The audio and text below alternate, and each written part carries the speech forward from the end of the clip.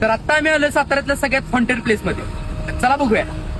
नमस्कार भावांनो, सकाळी लवकर कॉलेजला जाऊन आपलं प्रॅक्टिकल पूर्ण केलं आणि मग आमचा प्लॅन झाला की आपल्या साताऱ्यात एक हॉन्टेड प्लेस आहे म्हणून वेळ न घालवता आपण त्या ठिकाणी चाललोय. भावांनो, ती लोकेशन साताऱ्यातील जिल्हाधिकारी कार्यालय समोर आहे आणि बऱ्यापैकी सातारकरांना हे माहितच असणार. मी असं ऐकलंय की हा बंगला 150-200 वर्षापूर्वीचा आहे आणि त्या काळात इंग्रजांनी ह्या बंगल्याला ग्रँड डफ नाव दिलं होतं. मग बंगल्यासमोर जाण्याआधी या झाडांमुळे प्रॉपर जंगलाचाच फील येत होता आणि जसं आम्ही फ्रंट साईडला आलो आणि ह्याची परिस्थिती बघितल्यावर आम्हाला अजूनच भीती वाटायला लागली. आता आपण आत जाणार. मला कसं वाटतंय.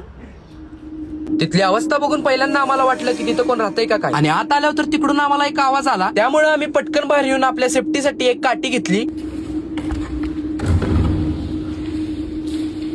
भावांनो, नाही म्हणलं तरी ह्या बंगल्यात 12-13 रूम आहेत आणि त्या काळातलं बांधकाम बघितल्यावर असं वाटतं की हे आत्ताच बनवलंय का काय. हे तर सगळ्यात खतरनाक वाटलं ते म्हणजे इथली लाकडाची कपाट. या बंगल्यातला एक आणि एक कोपरा बघून आम्ही बाहेरच्या साईडला पण खूप फिरलो आणि मग आपला आजचा विषय तिथं संपवला.